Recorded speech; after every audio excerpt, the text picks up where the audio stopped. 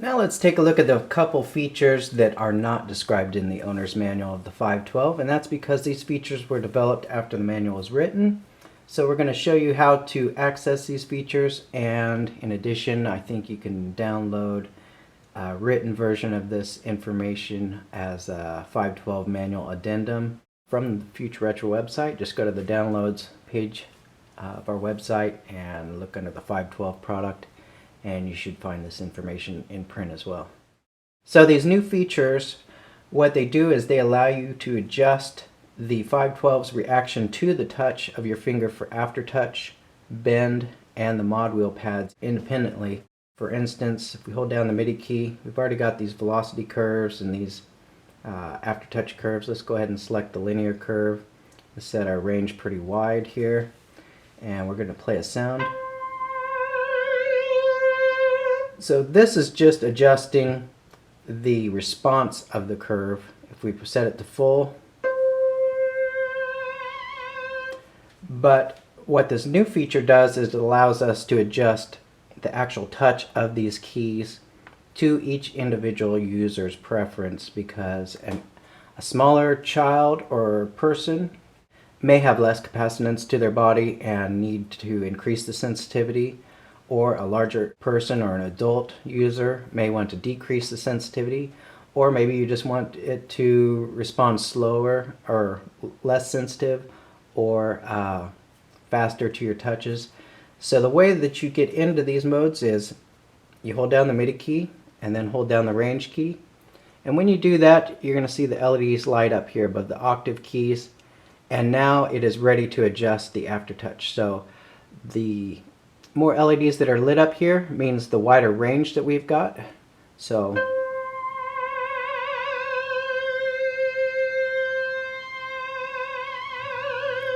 it takes a lot more touch to activate a full aftertouch message there. Let's go ahead and decrease that range to the middle. Try it again.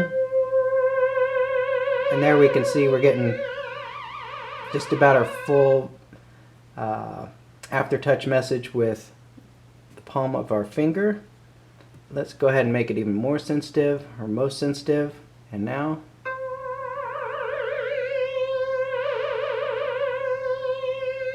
Now you can see that just the tip of our finger is able to get us through the full range. Let's go ahead and increase that range up to the maximum. And let's go ahead and set our velocity curve up a little bit. So by increasing our aftertouch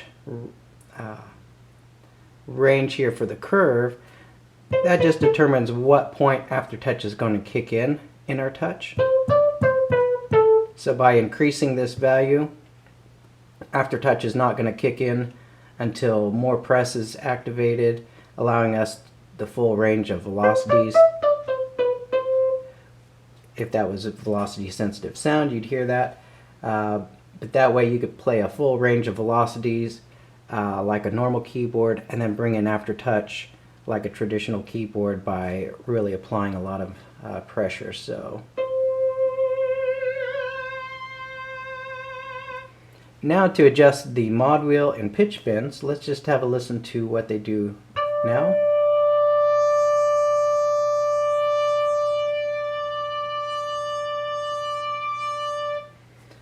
So to adjust the mod wheel sensitivity, you hold the MIDI key, press the range key, and then touch the mod wheel.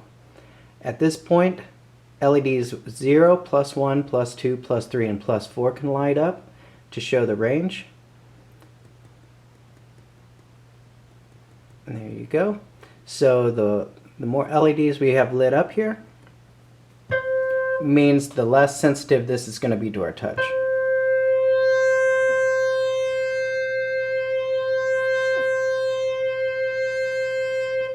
Let's go ahead and try to shorten that range.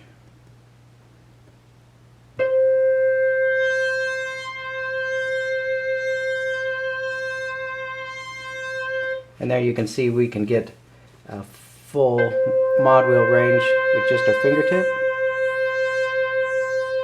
Let's go back to the wider range.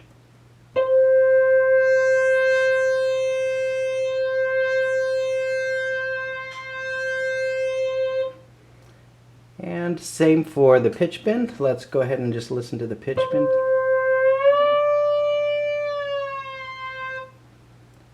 To adjust the pitch bend, hold MIDI, hold the range, touch the bend, and then make your selection.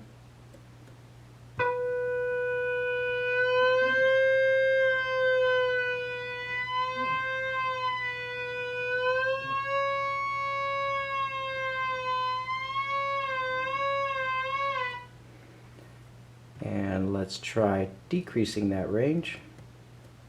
So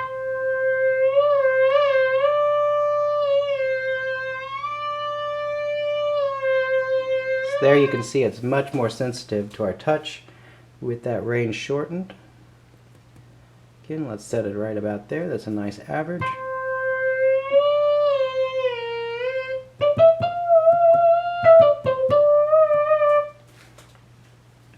So be sure to set that up to your liking. If the keys are too sensitive regarding Aftertouch, mod wheel, or pitch bend, just hold the MIDI key, hold the range key, and when you're doing that, you're going to be selecting Aftertouch, or hold the mod key or the pitch bend, and you can adjust those values as well.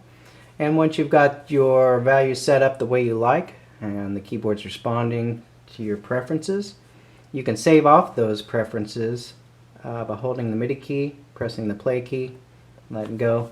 Now that's stored it to your startup preferences, and every time you turn the unit back on, it'll load up that you like those values, and you can use those as they are until you overwrite them with a new set of parameters. So be sure to check that out, and again, visit our website to get that information in the print form as an addendum to the 512 Owner's Manual.